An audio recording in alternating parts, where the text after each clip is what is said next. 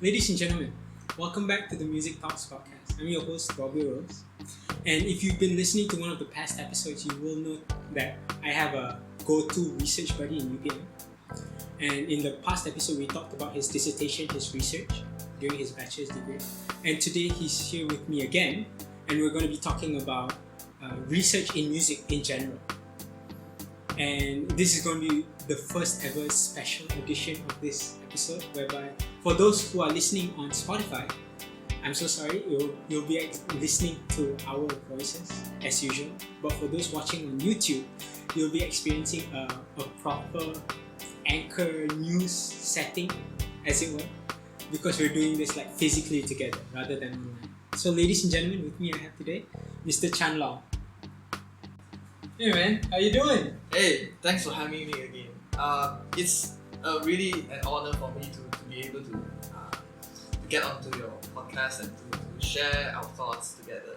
And for those who didn't know, I'm a music research student, and previously in the episode that I've been with Bobby is about the research that I've done. It mainly is related to cultural representation, and yeah, that is related to my research.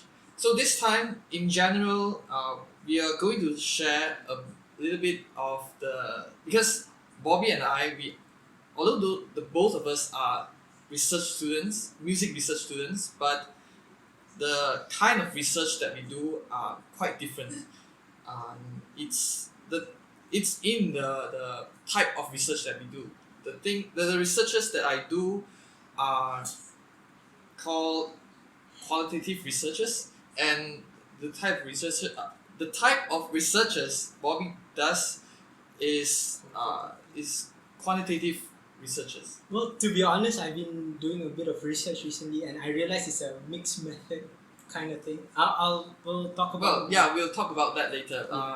As we'll go into that, and then I'll have more thoughts on this because of something I read recently.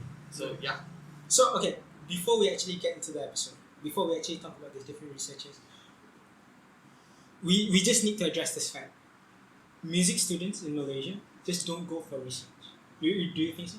Yes, because I think many people don't really relate music and research as one thing. Because when it comes to most of the Malaysians' mind, when they talk about music, it's mainly, oh, you're doing performances, or are you going to teach music? So these are the two main things that will come into people's mind when You're it comes missing. to. Are you writing scores? Are Oh you yeah, writing compose. Yes, I composition? do. Yeah. So it's mainly three of these things that are very related to performance. Mm-hmm. If you think about it, because music teaching is because you're teaching your students to perform. Mm-hmm. You're preparing your students to perform, and as a student, you take music because in one way or another, it's going to be related to performances. Yeah. So yeah, that also kind of strikes my mind when it comes to music, but it's until after I enter university that I realized that I've always been thinking that there are more things to music than just making performances, doing performances, or aside from like compositions and teachings.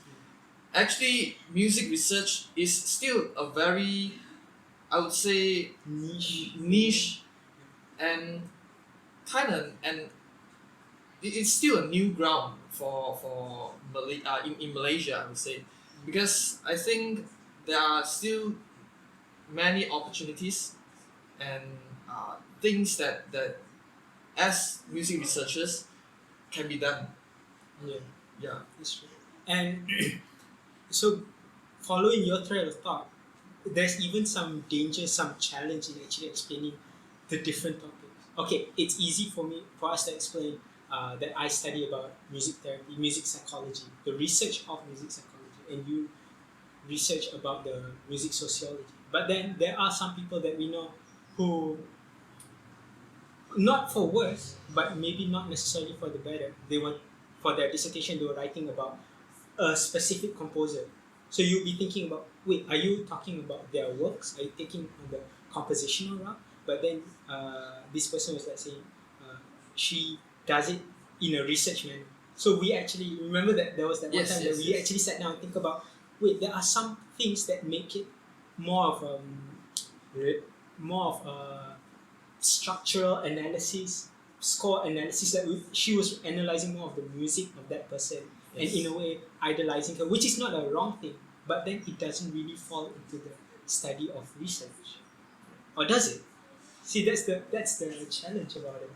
I think maybe for her, she manages to find a way to justify her the context of her research and turn it into a topic worthy of doing a dissertation on. To be honest, actually, I think some of the examiners that examine our presentation for our dissertation, they brought up a very very important thing, which is because that particular student, she did on the works that this composer that her research is about did, but actually work itself is a very big thing. Yeah, so uh, this is from based on my observation, it's like doing a research on an illustrated illustration of a magazine, and it's like can you try to compare an illustration from a magazine to real actual works like Mona Lisa. These are totally different because the kind of purposes that it does is very different. So for the composer, most of his works are actually like rearranges, and if you compare to the more original works by, let's say, uh, okay, a very typical example of, like, let's say Mozart or Beethoven. These are totally different, two different worlds that we're talking about. So the reason why we have so many questions about her choice of research is because we think that by it's a little bit too narrow in such a way that we think that the volume and the content of the research might not be enough to make up worthy of a dissertation. Yeah, it's not substantial enough. Yes. But correct. also, we also realize the fact that it's quite vague. It's quite ambiguous of what actually falls into research, what actually falls into analysis, biography. Yes. Actually, I do think that that research is actually more like a biography, more than, rather than research. Yeah. So You're carrying out a review yes. on the person's works, which again we have to clear up that it's not a bad thing. We're Yes. just trying to understand. Yes. Let's put it that way. We're trying to understand the field even better because we barely graduated out Yes. of our program, so we have no right to talk about what it actually is and Yes. what was and what could be. So hence the idea of today's topic. So yeah, to be fair, I would say that it's not that this kind of topic is not worthy of research. It's just that I think that because this is when we look at a particular composer, all different composers, they have their own style, and there's a reason why like composers of the caliber of Chopin or Schumann, they deserve this kind of status is because generally it's because of their work is very representative of a time. Yeah. So I They're think literally the pioneers. yes, Everyone that- yeah. exactly. So when we look at also again, because these composers, they have been there for a while, and then I would say it's like a discourse that, like, the discourses about these composers that have been compiled, uh, one on top of another. So that's why, that's what makes them, in such a different caliber. What makes them noteworthy, Yes, research correct. worthy. Yeah. So I think, it's not a problem for the student to do a research on a current composer. Uh, yeah, on a composer that is still, giving out works. It's just that since, the contents that he or she makes is, they are quite new. So I would say maybe you can use, this is just a suggestion, is that if you want to do on, let's say, a composer like this, you should also include some other composers, maybe in the same style, or like composers that are from a same place or a same country, or like you want to do composers that are doing a certain kind of genre. I think that would be more substantial for a research. Yeah, and for that you have more contents to do, rather than narrowing it down to one single composer, because you eventually exhaust all possible contents that you can make, and then in the end you'll be like, goring the whole thing. Yeah. You can only talk so much about one person. Yes. You know what I mean? And yeah, you made a good point. You have more comparative value. Yes. You're not just doing something because you're doing something. You're doing something and comparing it to other things. And I think that's the peak of research. Okay, I'm doing this research on my own, and going into the literature review. What have people done? What have they failed at? I think that's just as important as what was successful, but what was not successful. There is always research talking about how this works, this doesn't work. That is a good idea. This one yields less fruitful results. So yeah, like you were saying, the comparative value. So now that we've actually cleared that up, we just want to go through some terms, some terminology, just to actually distinctively put out what is the different fields, what you can actually research about. Yes. Yeah. So, you ready for this? Yes, let's go. So what we're going to do is we're going to actually go into, we actually chose 9 different terms, and we feel like people, it's so interchangeable.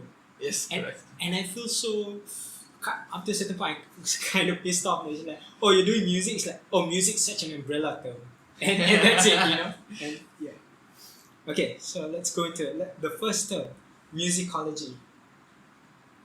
I'll just put out what I think. I'll just put it out there. Essentially, it's research in any musical field, right? Yeah, actually, for me, it's a very general term on research about music, or like studies related to music. But see, that's the thing. Is it research about music? So people that perform music are not musicologists. They are musicians. Is that it? That's one of the things that actually got me kind of confused. Are musicians, not performers only, musicians, musicologists? Is that interchangeable? I would say musicology is more of a, in my opinion, it is more of a scholar related term, Yeah. because performers are usually not scholars. You see what I mean? Like, it's like someone, it's like an actor. The difference is on actors and maybe directors. Oh, okay. Like, in my opinion, they are basically doing films, Yeah. but two are doing different things on the film. Yeah. And I like it. I like it when you put it that way. It's really like everyone else is working behind the scenes, but the actors are in front of the camera. Yes, correct. Exactly. Yeah. That's a fair word. So the actual, let's look into the actual terminology of it. So it's the scholarly analysis and research-based studies of music, and it actually focuses on different topics: psychological, sociological, acoustical, neurological, computational fields, and some geographers and anthropologists actually have an interest in music. So yeah, it goes back to what you're talking about. A scholar who participates in music research is essentially a musicologist. They have to have a relationship between music and various subjects. I think that's very important.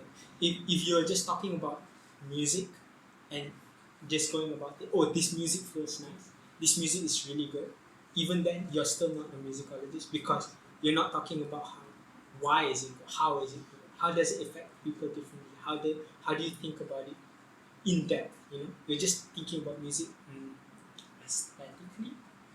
Okay. Again, I have an example like i- example for to see it, like properly visualize like this kind of difference. It's like comments on like about a movie. Like when someone talks about a movie, the comments below are like the general public who listen to the music, and then like they give their thoughts. Yeah, it's a nice sounding music, nice sounding songs. It but when a reviewer, a true reviewer reviews the music, they see the music more differently. So yeah, this is the difference between like it's like it's like a reviewer and also just general public giving comment on it. Yeah. It's a reviewer versus a layman. Yes. Yeah. Correct. Yeah. Okay, so the next term we have. Okay, so musicology, we already covered that. So now let's look into some sub branches. The first one is music history. Essentially, it's historical research in music. What do you think? If this is wrong, then Yeah. they should change them. So basically, this is a very very direct term. Music history. So music and its history. Yeah. Music and its history, or the history of music? That's the thing, yeah. Okay. So is it the history of how a certain music was developed, or you are comparing it to the composers and the eras of the time? Yeah. Depending on how you like generally depending on how you arrange the words, it gives a very different definition. Yeah. Of like of the words. Yeah. And later on we'll look into ethnomusicology, but this one also got me thinking about how music historians are people that study about the history of music, right? So talking about Daft Punk just broke up, and then you're talking Yeah. that's such a sad story. And then you compare that kind of music to before this, and then that kind of music of funk and jazz and whatever to the music of the time. So that's a music historian. But a historiographer of music is different, right? You are looking from it just for the ancient values. I don't know what the term is, but you get what I mean? Like you're just looking at it from like an archaeologist. Yeah. Yeah. So actually, for me, based on this is how I look at music history, because the classes that we took in our music appreciation, it's basically what we were told at least. It's like it is quite literally music history, and it actually is about it's not only about music itself. Like it's how music goes along with the timeline, the evolution. yeah. So like as for example, why do like let's say Baroque music, like back then I used to think that piano existed for a long time, and then when I first listened to Baroque music, I was like, why does it sound more like a guitar than a piano? Like But a yeah, hard thing, yeah. yes, but actually, like if you really read through Mhm. and if you study through music history, you realize that actually piano it came a long way actually. So back then the piano that we had in Baroque era is it's called a harpsichord, and actually it's more like a guitar than a piano, because piano right now it uses hammers, like the action of the piano is a hammer hammering onto steel strings. Mhm. But back then in the Baroque era, harpsichords are very different from the piano right now. Its action is on plug. Yeah, yeah. So yeah, that's music history for me. It's like sometimes in order to properly understand how a piece of music is like should be presented, we also need to do some researches, and we need to study ourselves. On both sides. Yes, on both sides. Like not only the piece of music, but also the history behind the music. So we can't really play, let's say, a Baroque piece the way that we play on the way we play contemporary piece. Like, for example, yeah. So because the kind of music instruments that these pieces were written on are very different in the most basic sense. So yeah. We don't want to get into the details of it, but the touch, the accentuation, your dynamic, it's just Yeah, exactly. But for me personally, I saw that you have a duality of explanation. The fact that you were talking about the history of it, okay, that's your that's you being a music historian. Yeah. But you were talking about how it worked, that it was plugged instead of hammered on, and how the instruments came about and how it evolved. That's the archaeological aspect of it. Yes. So yes. yeah, like you said, it's both sides. And true enough, the actual explanation is it's a highly diverse subfield of the broader discipline of musicology. It studies music from a historical point of view. That's essentially it. So you're covering both sides. Exactly. Yeah. As you talked about, right? Okay. Okay. This is because right now we are entering the term of ethnomusicology, which is very, very, very related to the kind of research that I do. So actually on this term itself, I think I because of the book that I'm reading right now, it's Anthropology of Music, and actually it's mostly about ethnomusicology.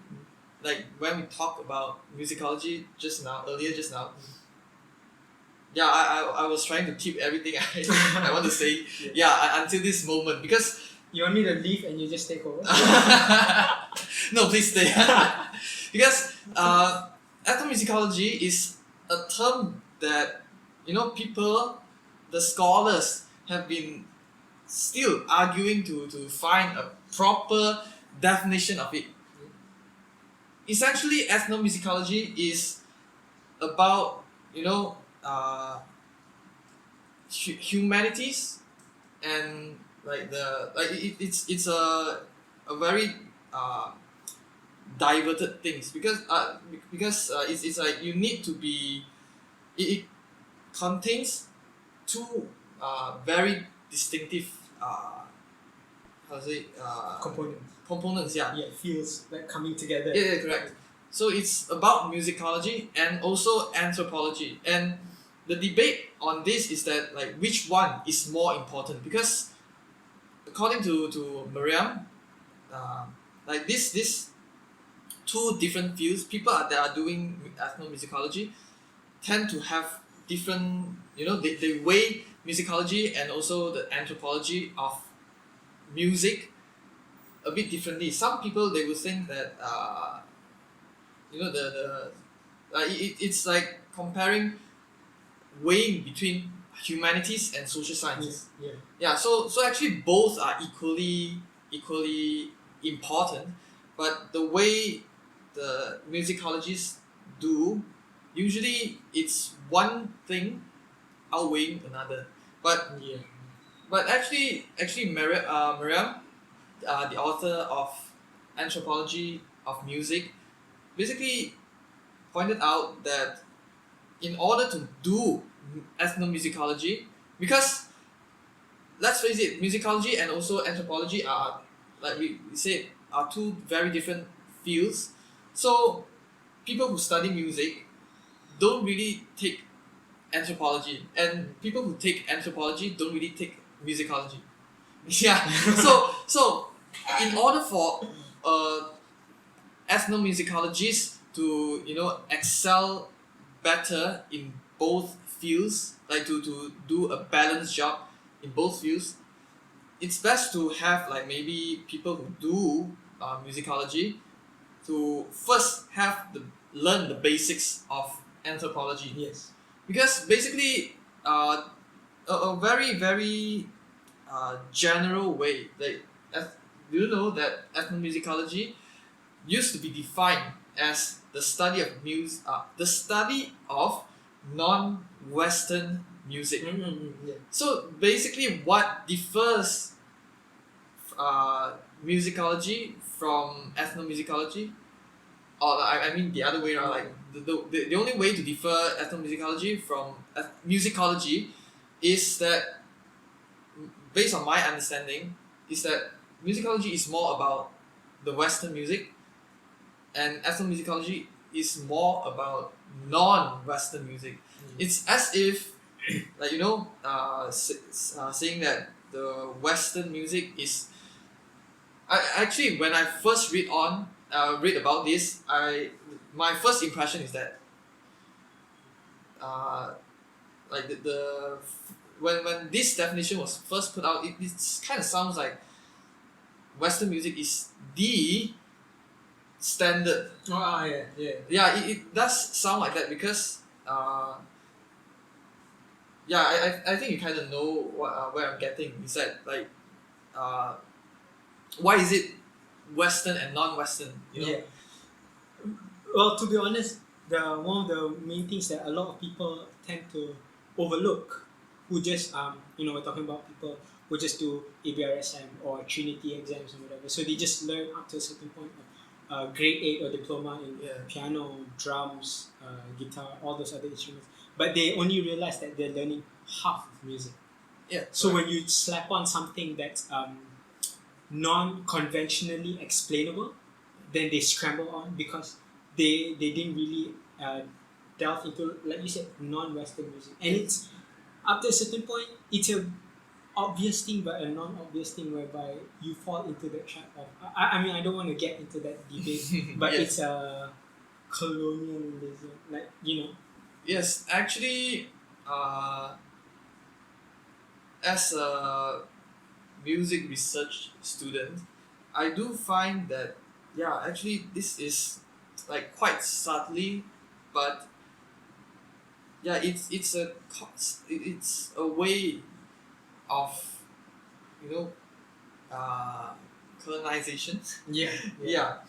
So because especially here in Malaysia, the only syllabus syllabi that we learn in Malaysia consists of three main type of syllabi.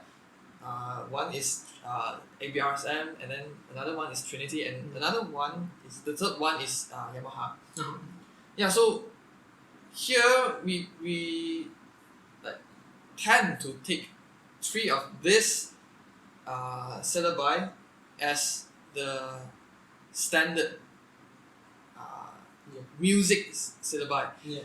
But actually, it's I would say that is the effect of this colonization word, is that it forces us into thinking that, okay, if you think in this set of thinking, then you are thinking the right way. Thinking it right. If you are not, then like it's only you are the correct one or like the least correct one. Yeah. It's like the grade system, like grade 1, grade 2. There's a hierarchy to it. Yeah. Yeah. So what makes you feel that oh yeah, okay, so there's this prodigy that can play like let's Piano say with MPO at such a young age, for example. yeah, but people will still ask the first thing that comes to people's minds is oh, which grade is he in? Mm-hmm. Or like has he taken like any sorts of diplomas and Certificates. They are always looking for. yeah, so it became a standard in evaluating someone's ability in playing music, which I think it should be evaluated in like their real ability, like and the virtuosity and the mastery of their playing instead of looking at the grade, because let's face it, this grading system is based on someone or something's standard. Yeah. But it does not necessarily mean that every single music student should fall into this kind of standard. But here in Malaysia, there are honestly not many people who would who would think outside of this standard camp. Yeah. I mean, there are efforts. One of the best efforts I saw was there was this awesome term that Professor Tan from USM actually put out. It's decolonization. I was like, yeah, I never thought of the idea that we were colonized until you put out the term decolonization, in which you de-westernize your views. Specifically for her research, it was in music. But think about that. Think about adapting that to the music education. Or think about that in life. Yes. If you talk about performance, you talk about we just happen to be limited because of our field. It's correct. Yeah, it's somebody out there somewhere just 20, 30 years ago, 50 years ago just decided this is the peak, exactly as you said, this is the standard, this is the global standard that everybody should adhere to. Yeah. Now what about the people who don't? Correct. Are they bad musicians? Yeah. There's a reminds me of a saying. Birds born in a cage would think flying is is what is it, crazy? Yeah, so basically it's something like that. Yeah. So essentially, we never actually answered what it is. So it's the study of music in its social and cultural context, and ethnomusicologists actually examine music as a social process in order to understand not only what music is, but what it means to its practitioners. And that's very interesting because going back to what you mentioned, that how yes, I admit that it is your study, your research, you're talking about social discourse and all, but it also falls into the topic of what everybody essentially does. In technically one way or another, everybody does a form of ethnomusicological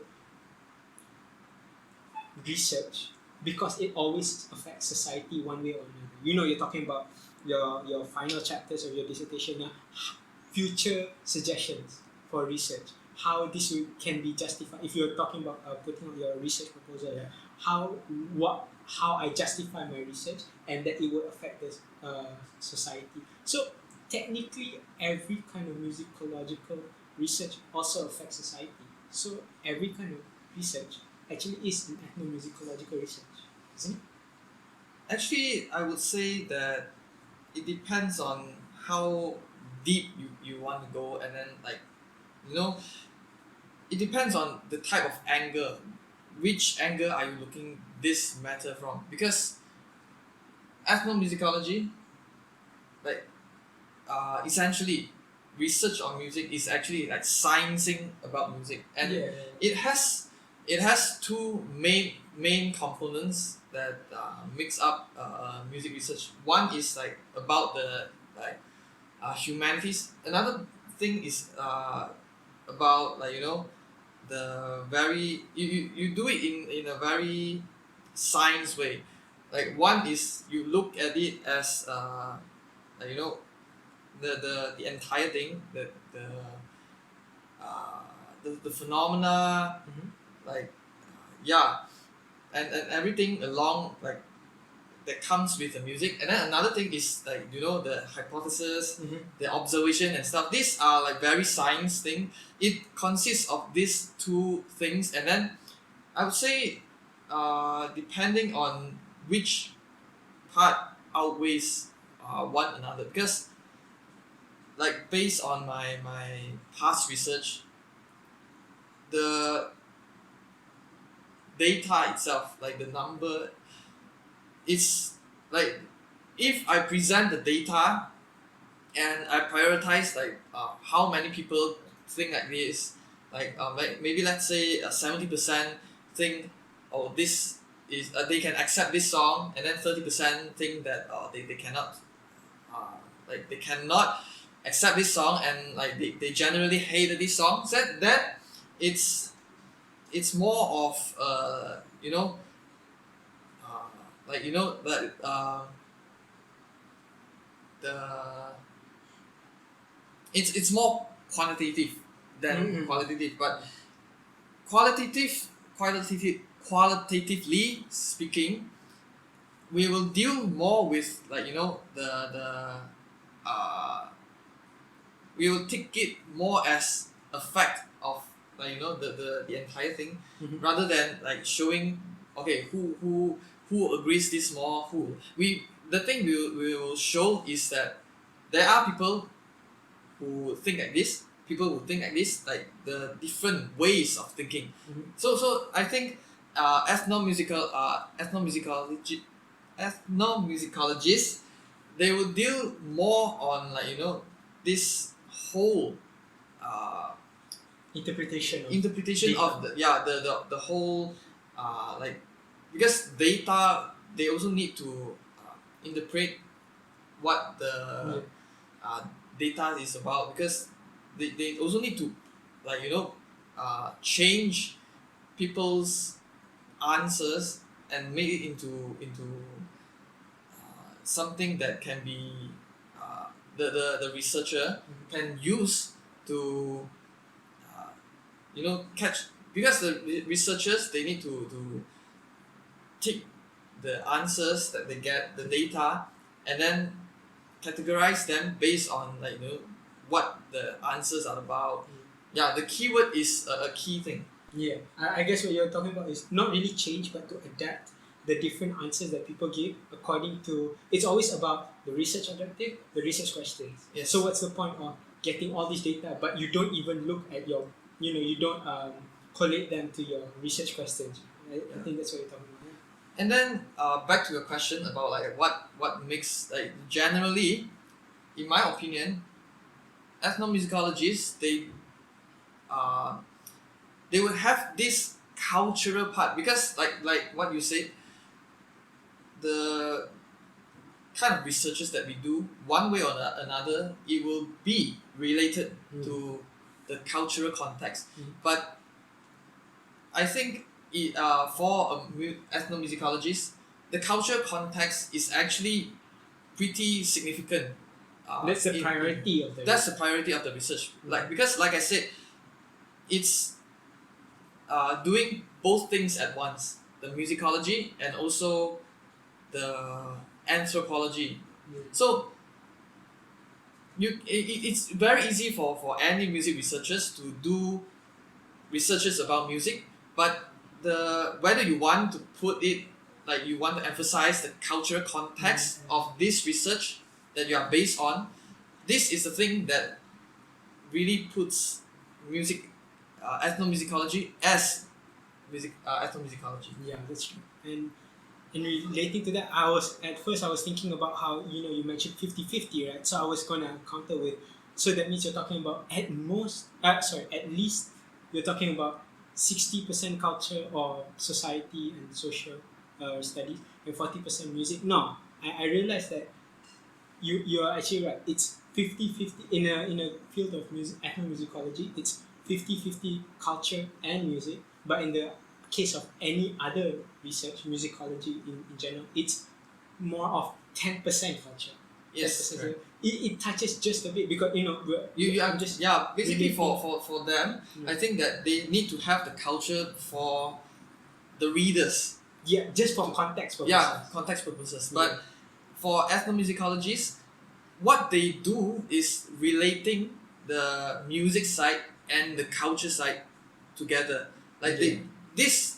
both of these are seen as one piece. Yeah. Yeah. And I think the sentence that was easily captured was said by John Blackie. It's like music Yeah. just doesn't exist, and it really blew my mind. Music just doesn't exist without people. Like you literally can't Yes. have music for animals, music for nature, whatever, because only that's why I asked. Actually, the book is called Music and Man. It's like literally human beings are the reason music exists because they, like you said, they scientifically uh, explain the phenomenon of these organized sounds that make sense. Okay, this becomes music. Yeah. Yeah, this brings up you brought up a very important thing. Like music is basically organized sound. It's a product of human behavior. Yeah. Because without human behavior, music will not be music. Mhm. So if you say that music is a language, I would say not really so, because this is by uh, mentalhood. Yeah, actually basically it's like uh, music itself. Some people will say that music is a universal language, but uh, he argued that music is not like language. It's a product of it's a kind of human expression. Yes. Yeah. It's not universal language, but it's universally felt. Yes, correct. Yeah. Yeah. I understand. Okay, so shall we? I think we should, yeah. It's too much on it, we get so excited. But just to clear it up, there is such thing as music language. We're gonna go into that later on. Right. But there is such thing as musical language. Just to explain. The next term is okay. Before we get to that musicology side, so now we're talking about the culture. We're talking about sociology. So essentially, sociology that we keep mentioning, it's just how music corresponds to the society. You know, it's music, how a society responds to certain kind of music. Yes. Yeah. And how I think it's two ways round. Like not only on how you know the music like the society corresponds to the music, is also how the music influence the society. Yes. Like it comes in two ways. It's a circle. Yeah. So yeah, and that's why my previous research, although uh, it's related to the cultural representation, it is also related to the sociology, because like the music itself, it changes from one participant to multiple participants, and then it changed from this to multiple participants back to one participant. Yes. So essentially, it means at first this music has the message to the audiences, and as time goes, the audiences, they will come back to this music because this music means something to them, and it became a symbol for different things. Like these audiences, they see this piece of music, they take this piece of music as like it means something else, Yeah. away from its initial purpose. Yeah. So this is what I see about like music sociology. And I think you captured that very well. I don't have a lot of things to say, but I think one of the best example to actually capture like the other side of what you were talking about, how society responds to music, but how the music also evolves because of society. Yeah. I guess essentially the evolution of pop music. Yes. Why there's always new waves of pop music always relates to how people consume Yes, correct. entertainment media or whatever. So because of certain perspectives of people wanting to have more and more and more and more of this element, so in that sense, the society shapes a new form of music, so a new genre. So you're talking about back in the day, it's just classical, and then it Yeah. became a jazz, and then the modern face of jazz is like funk and rock. Yeah. Now there's EDMs and even something really funny to me that happened. I never thought about it. It's a horn, vocal, and sax explanation of those categories. Yeah. Those instrument categories. Do you know that there's a fifth one? Electrophone. Yeah. Yeah. It's still debatable, but Yeah. essentially any sound that's created with electricity. It makes you think, right? Yeah. It's like, isn't that still a keyboard? Isn't it still a guitar? Isn't a guitar still a chordophone? This reminds me of prepared piano. Yeah. It's programmed drums, programmed piano, programmed drums. Is it still membranophone? It's Yeah. programmed, but it's drums. So I don't know your thoughts on that. Actually, when you bring up about the evolution of pop music, like how pop music influenced the our pop culture and stuff. This reminds me of a research that has been conducted. I have forgotten about the details about it, but basically what the research did, there are two researchers on the same matter, which is the they give the subjects a piece of music to listen to, and then the subjects will have to beat out, like they give the the BPMs, beats per minute, for this piece of music, like what they think is the correct BPM for this music. And then I think it was like 8 or 10 years later, a same research was done on this same demographic again, and then what they think about this piece of music and what BPM should. This same demographic, as in, it's a longitudinal study. It's not the same framework, but with different people. Is that what you mean? It's like the same. I forgot about the details, but I know that it was conducted at the same. I think it was conducted at the same university students. But I think the people are different. Oh, okay. But yeah, it goes to show that, like, as time goes, the way people perceive the correct BPM for this same piece of music, it changes because, like we said, it's because of how the culture moves along the time, and then people's preferences, and also how they see things would change along time, and it's not something that would stay the same all the time. It's not like this cup of coffee that would change, like that would stay the same over the time. Yeah, it's like language. Language itself is an ever changing in construct. So culture is also something that is always evolving. That so much so that right now, maybe if you play back a song that used to be popular 8 months ago, people will feel that it's very outdated already. And it's something like that. Like the preference can change can change and shift very quickly along the time. And I like the fact that you mentioned people will feel outdated. I mean, like, non-music students. Yeah. Because that actually captures sociology. It's not just people who are in that field. It's Yes. the everyone, The general public. general public, that including Yes. we will be the 1 to 5 to 10%, but we are part of the general public. Yes, correct.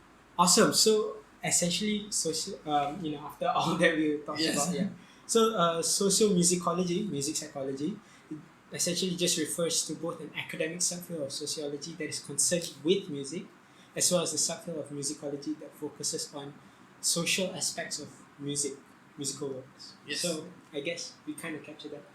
But I guess it's also because of our studies. Yeah, correct. Even though we do delve into different Branches. different branches, Yeah. but we both tap into music sociology in different ways. Yeah. And music, of course, the term is music psychology.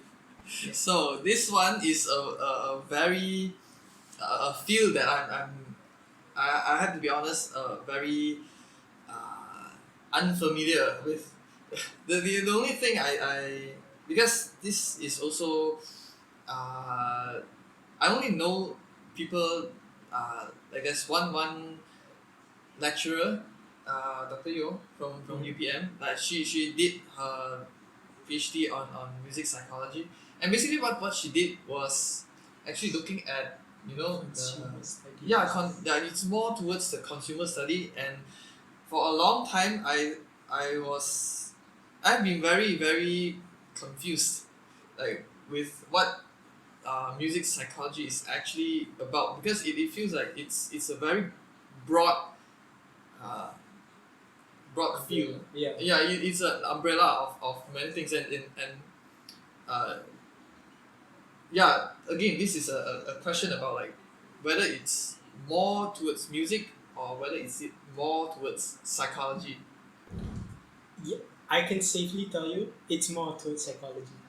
Okay. So how I think, how I know is that music psychology is always a person's response towards music, and every kind of music psychology book. We got Patrick Jaslin, we got suddenly I'm just blanking, John Sloboda. My FYP supervisor was just so every kind of explanation they give, they will not give you a layman term or um, arts perspective answer. They will always talk about, okay, for example, your emotion, right? Your amygdala is reacted to it because of what memory you have in your hippocampus.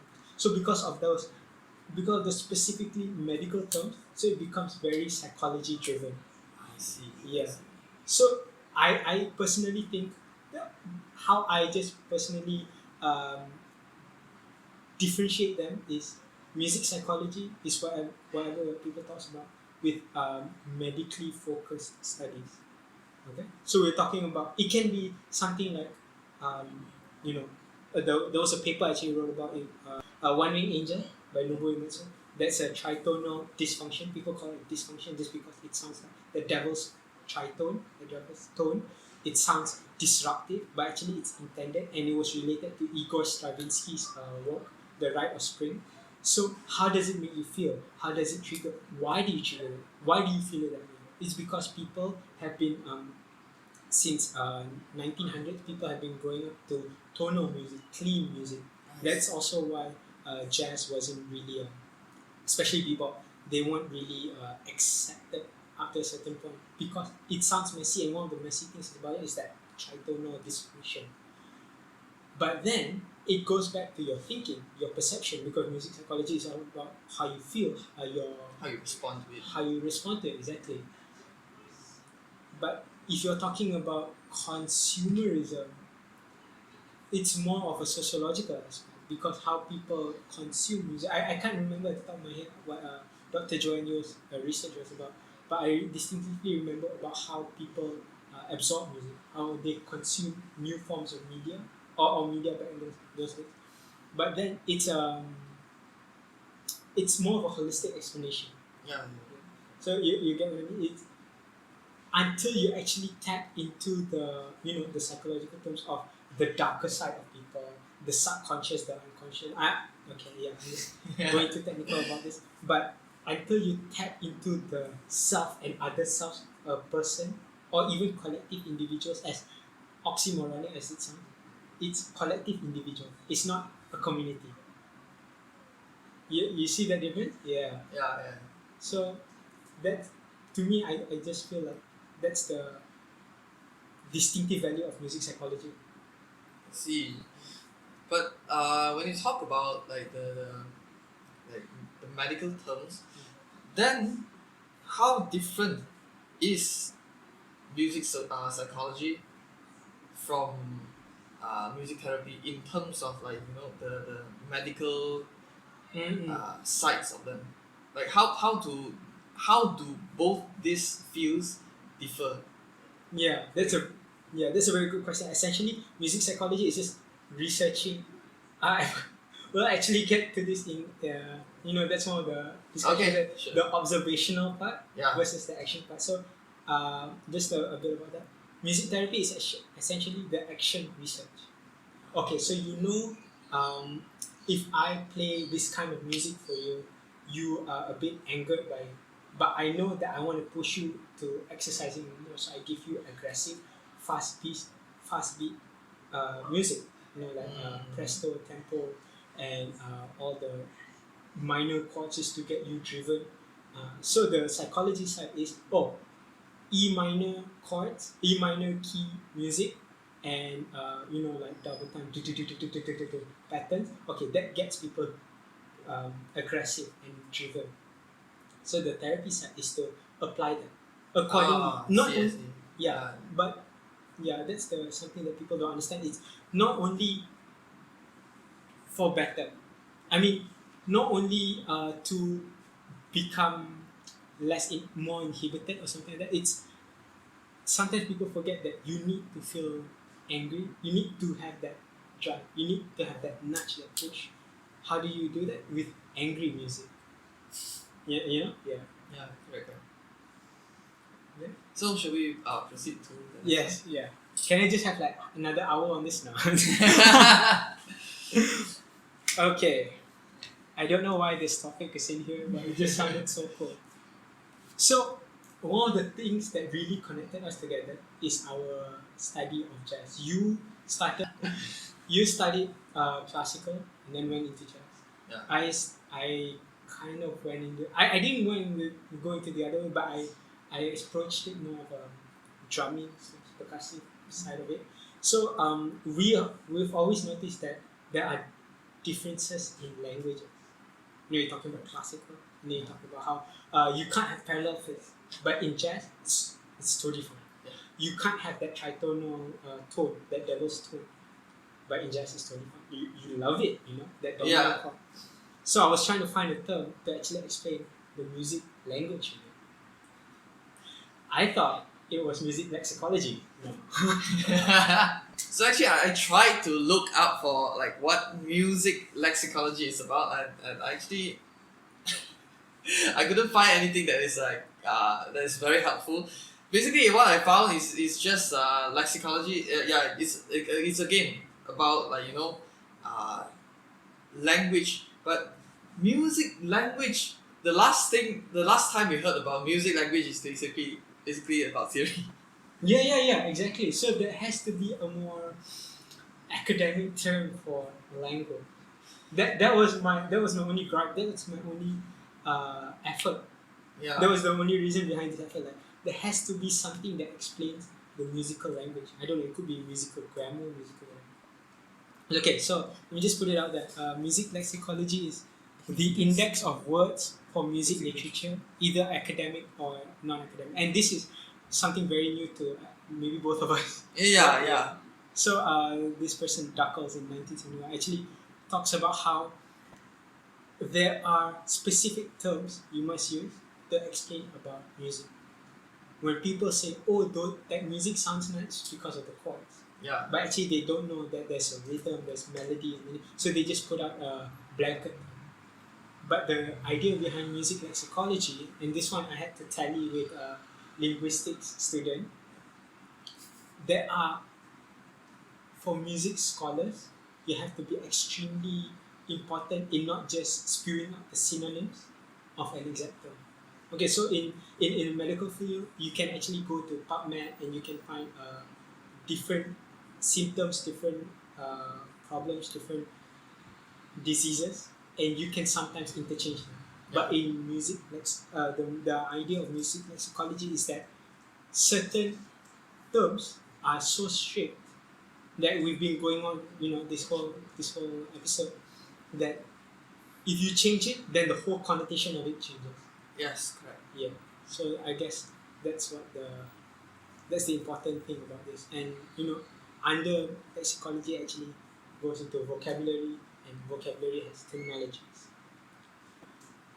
So the language of it, there's no actual. I just you gotta tell you guys. Unless somebody actually Googles immediately within like 10 seconds and just find out, you can just shoot us an email.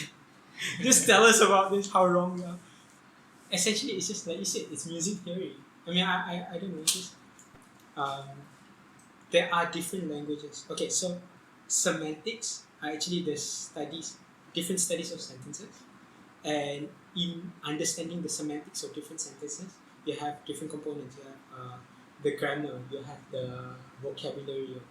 So what we're interested in is that grammar, Yes, the differences of why can jazz use this way, why doesn't classical music use this way. But could you find a term that actually captures this meaning? Actually, maybe I'll side note a bit. Yeah. Like when we talk about music theory, this is what I realize is generally why we take music theory as it is because like the as music students, when we talk about music theories, is all about what is correct and what is wrong. It's slightly like grammars, but I think essentially both music and like the grammar in our languages, essentially they are based on something that is called what feels more correct. Because music theory, as told by one of my lecturers, Dr. Chan, actually in his remarks on music theory, that in the modern music theory that we learn today, he feels that like okay, one of the textbooks that we use the most, tonal harmony. His remarks on this is that it's way too complete. What it means is that this tonal harmony, like this sets of rules of yes and no, correct and wrong, The binary state. yeah, it shouldn't exist in the first place. Because what makes music theory is just because when you play like let's say from subdominant chord to dominant to tonic chord, it sounds right because it's just I'm just how gonna it is. pretend that I understood that. Yeah, so basically the way we learn it is that because the rule says it that we should write a 2-5-1 chord. But the only best way to explain why it works is because it just sounds better. If it sounds nice. But if you go from 5-2-1, it just sounds weird to us.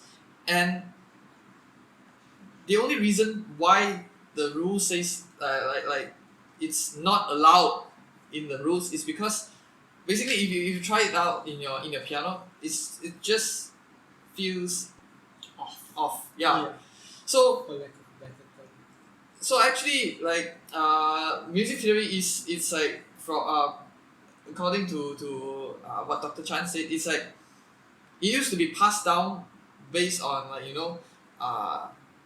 using a very practical way, like by playing things out So when he first sees the tonal harmony textbook, he feels like it's just way too complete, and the approach on learning about music this way, it feels like, okay, the way music works and the way you should play them are two different things. Yeah.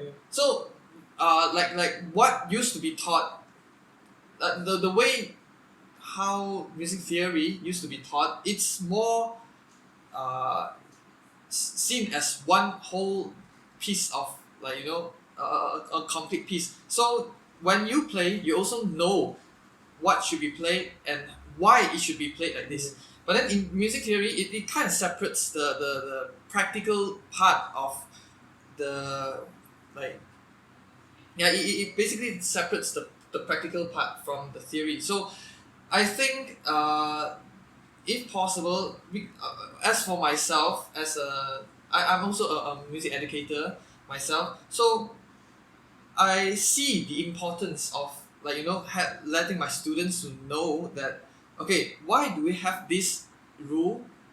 Why do these rules exist in the first place? It's because if you do it against how the rule says, it will just feel weird. So basically, they have this series. Basically, is to explain why. They only say, okay, for music itself, they only say what can be done, what cannot be done, but it rarely explains why until you play it out yourself. Because music is something, unless you have, like, perfect pitch yourself, and then you can play the sounds in your mind, or else you won't be able to tell by looking at the score.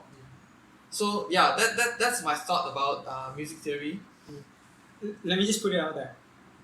I I agree with everything you said, but my only gripe with it, my only sorry, before I continue, I just wanted to just wanted to say that that was a controversial thing. I agree with it, and Yes.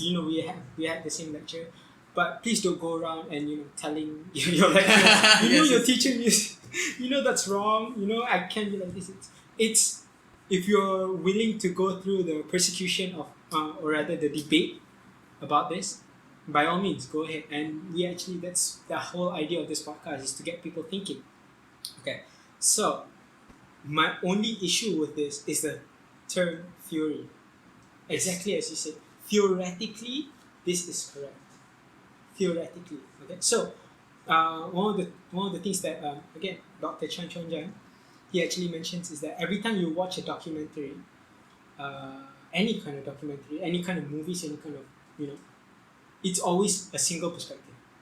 You watch this movie, Valkyrie. Okay, it's from a German perspective. You watch another movie about World War II. Oh, what, suddenly these are the good guys because it's from their perspective. Yes. So the reason I insisted on the term music language is because if you speak this language of music, it's correct. It's conventionally correct.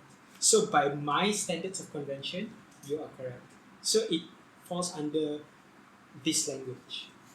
Theoretically, under this language, you are correct. But practically, if you put it into a different perspective, I mean, I know there's no need to really put a disambiguation of what is theory and what Yes. isn't. It's just that I feel like the proper term is, which is exactly the class we took, it's modern languages. It's jazz, it's the theory of jazz music, but it's not jazz theory. Yes. It's the language of how to speak jazz. And even then, like I said, it's one way that people speak jazz. Another comment that he mentioned is like, this is one book, one textbook you can refer to. There are a lot of textbooks. He went into the Red Book of Berkeley, and we can talk to other jazz educators. But that's one book you can refer to. Does that mean that you're talking about 251s and 7 chords and whatever? If I don't follow that convention, it goes back to the original discussion. It's wrong. Yeah. Like you said, it's nice according to you because you've learned according to this theory, according to this language. But if I speak a let's say you're talking about tonal harmony. What if I do speak an atonal language? There goes all your rules, there goes all your convention. If you come over to my country, but if I go over to your country, I have to learn. Yeah. So so my only, like I said, my effort was that to find the concept of languages, because how I speak, how you speak, can be different. Even though you are right, but some people might say I am wrong. I can also say that you are wrong, but I am right. Yes. And we are trying to find that. I would prefer to have that guy. You are right in this language. I am right in this language. Yes, correct. Yeah. So essentially, I can also kind of summarize this, conventional and non-conventional way. Basically, it's like comparing different languages. Yeah. Different languages, they have their own sets of grammar. Mm-hmm. And let's say in let's say Japanese, their sentences, the subject is not being emphasized. So sometimes if you are someone who don't speak natively, don't speak Japanese natively, you find it very hard to understand what they are talking about because the subject is just missing. Yeah. Like let's say if you want to tell that you are like, I'm 25 years old, they don't say I am 25 years old. They will say 25 years old. So like most of their sentences, like okay, of course when if we learn it as a beginner, we will do this and we learn it as a non-native Japanese speaking student. So we will learn it from based on our experiences from learning other languages. But yeah, actually what I'm trying to say is different languages, they have their own sets of grammar. Like let's say English and let's say Malay, the way they arrange the parts Sentence of structure. the structures of the sentence is very different. So it doesn't mean that so English's way of doing the grammar is the absolute correct way. And yeah, so it doesn't go all the way like the way English grammar works should be the correct way. And then when you look at other languages, you feel, that is not correct. No, it's just that you are in another circle. Then that circle, they have their own sets of rules to do their own things. Yeah. So yeah, generally this is I think this is the like kind of a hidden theme that we are having throughout this whole podcast. This conversation is on this what is correct and what is not correct. Yeah. And is it absolute or is it not? Yeah. And I like that you mentioned that comparison of English and Malay. So yeah, nobody is going to compare English and Japanese. Maybe you compare Chinese to Japanese or Korean to but English and Malay, they use the same lexicons. So that's exactly what we're talking about. Like the lexicons, or in the music world, it's the pitches. Yeah. A is A, B is B, C is C. Yeah. But my grammar is different in different. Yeah. So and you actually capture in very profoundly. It's the rules around it that are different, that are malleable. But I can't just like and claim that that's English because my lexicon, So awesome. I guess that's the end of our first episode. So let's just like summarize what we went through a bit of. We looked at the holistic umbrella of musicology. Yes. We realized the differences of history, and then ethnography, ethnomusicology, sociology, and psychology. Yes. We also talked about the different languages and so on. I guess this is a good point to stop this first episode, and we'll carry on our further discussions in another episode. And please look forward to our next episode because we'll talk more into this kind of we'll be applying. So what we're just doing is just to explain certain things, and in the next episode we'll look into how we actually apply the different terminologies and topics that we learned about.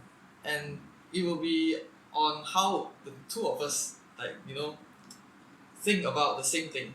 Yes, yes. Yeah. And on that note, ladies and gentlemen, thank you so much for tuning into today's episode. We really hope that you either gain some insight or perspective on something new that you've picked up. If you do have any questions for Mr. Chanlong or for me, you can shoot us an email at aminbok13@yahoo.com, and we'll either reply to you directly or we'll actually answer the question in a future episode.